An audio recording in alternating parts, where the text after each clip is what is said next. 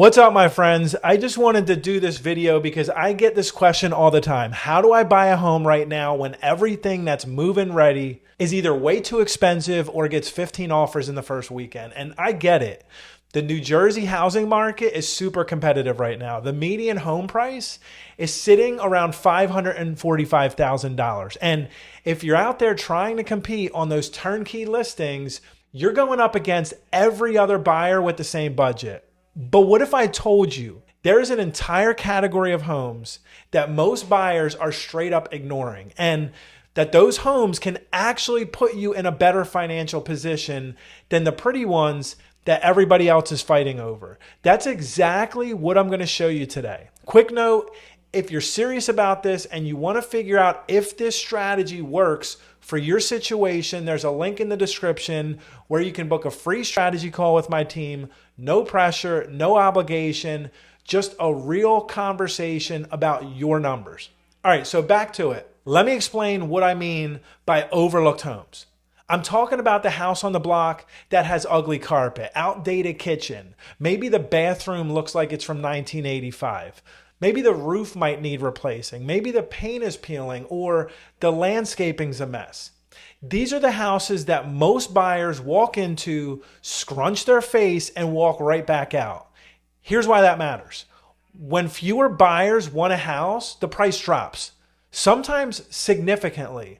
A home that would be worth $400,000 fully updated might be sitting on the market at $300,000 because it needs work. The reason most people skip these homes is because they think they would need to buy a house and then somehow come up with the cash to renovate it separately. Two separate transactions, two sets of closing costs, and money that they don't have just sitting in savings. This is where renovation loans completely change the math. A renovation loan is a single mortgage that covers both the purchase price of the home and the cost of the repairs. One loan, one closing, one payment. You're not juggling a mortgage plus a construction loan plus a credit card. It's all wrapped into one loan. And here's the part that makes this strategy so powerful for building equity. The appraisal on a renovation loan, it's not based on what the home looks like right now. It's based on what the home is going to be worth after the renovations are done. The appraiser reviews your contractor bids, looks at what comparable renovated homes are selling for, and assigns the home its future value. So let me walk you through a real example so this clicks. Let's say you find a house listed at $300,000. It needs a new kitchen, updated bathrooms, new flooring, and some cosmetic work. Your contractor bids that work at $80,000. So your total amount all in is $380,000. But the appraiser looks at what similar homes in the neighborhood sell for after they've been fixed up, and that number comes in at $420,000. You just created $40,000 in equity on the day you moved in. You haven't sold anything. You haven't waited 5 years. You literally build equity into the transaction from the start. Now, who is this for and who is this not for? This is a great fit if you're someone who is willing to be a little patient with the process. These loans typically take longer to close, usually 45 to 60 days, sometimes more. You need to work with a licensed contractor, preferably one that's been through the renovation loan process before, and you need to be realistic about the scope of the work. This is not for somebody who wants to move in Friday and have everything perfect by Monday. If you need move-in ready and you need it tomorrow, this is not your lane. But if you can handle living through some construction, or if the renovation is big enough that you would not be living there during the work anyway, this can be an incredibly smart move. Okay, what I'm about to explain is the part that changes everything. If you've been following along, this is where it all clicks. There are two main types of renovation loans that you need to know about. The first is the FHA 203K. This one is backed by the federal government. It lets you buy a fixer-upper with a low down payment and with flexible credit requirements. Credit scores as low as 580 can qualify. There are two versions.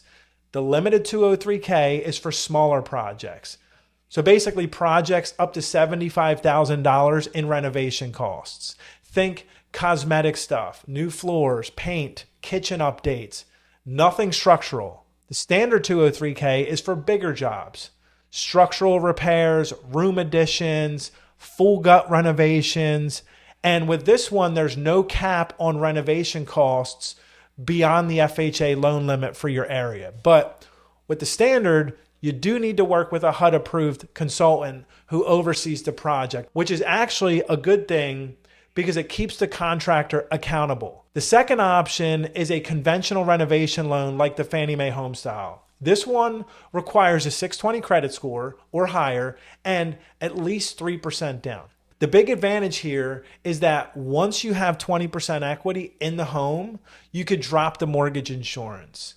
With the FHA, you're paying mortgage insurance for the life of the loan. So depending on your credit and your down payment situation, one of these might be a much better fit than the other. If you want help figuring out which one works for your specific numbers, book a free strategy call with my team. The link's right below this video. We'll run through your scenario and we'll tell you exactly where you stand. All right, so here's your action plan. 3 steps. Step 1, pull up your favorite real estate app and filter for homes that have been sitting on the market for more than 30 days. Sort by price, low to high, in the neighborhoods that you like.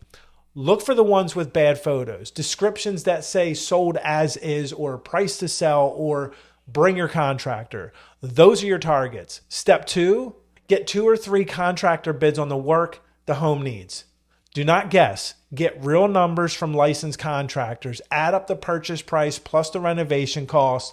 That is your total investment. Step 3, look at what fully renovated homes in that same neighborhood have sold for in the last 3 to 6 months.